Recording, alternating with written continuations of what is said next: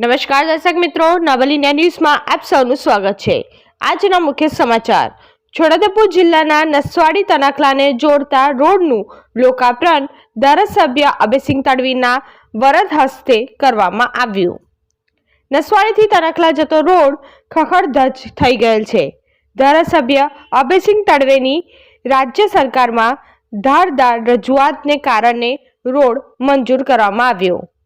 Road બની જતા આજ રોજ બરોલી ખાતે લોકાર્પણ કરવામાં આવ્યું।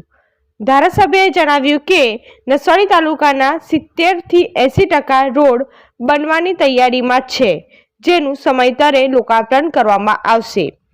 આ પ્રસંગે ધારાસભ્ય સાથે ભાજપ તાલુકા પ્રમુખ જયરાજસિંહ, નવનિયુક્ત ભાજપ સંગઠનના પદાધિકારીઓ, માજી તાલુકા પંચાયત પ્રમુખ રાજુભાઈ રાઠવા, બરોલી સરપંચ અંબાલાલભાઈ સાથે ભાજપના કાર્યકરો અને આજુબાજુ ગામના મોટી સંખ્યામાં ગ્રામજનો ઉપસ્થિત રહ્યા હતા।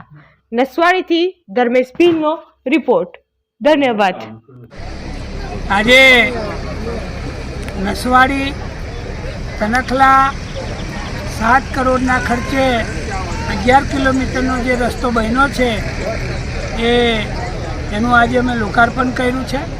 અને આજે અહીંયા બરોલી ખાતે બધા મોટી સંખ્યામાં કાર્યકર્તા, સરપંચો, અમારા તાલુકા ભાજપના પ્રમુખ ભાઈ શ્રી જયરાજસિંહભાઈ, અમારા જિલ્લા પંચાયતના સભ્યશ્રીઓ 4 અને અમારા નવા સંગઠનમાં આવેલા આપણા ગોપાલભાઈ, દિલીપભાઈ, અરવિંદભાઈ, સીમીબેન અને બધા જ આગેવાનો અહીંયા ઉપસ્થિત રહ્યા છે।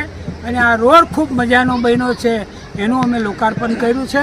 અને હજુ તનાખલા જે દુગધા રોડ છે એ પણ ટૂંક સમયમાં એનું કામ પૂરું થવાનું છે। એવો બીજો કાંધા કપડાલી પણ બની ગયો છે।